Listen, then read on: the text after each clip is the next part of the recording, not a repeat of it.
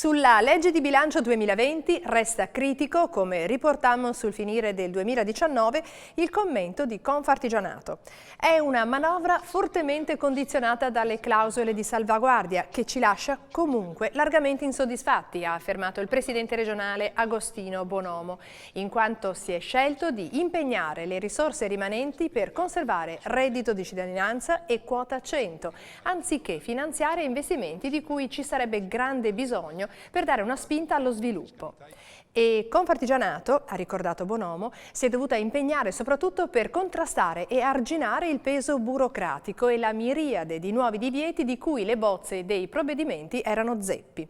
Come dire che si sono evitati risvolti negativi più pesanti.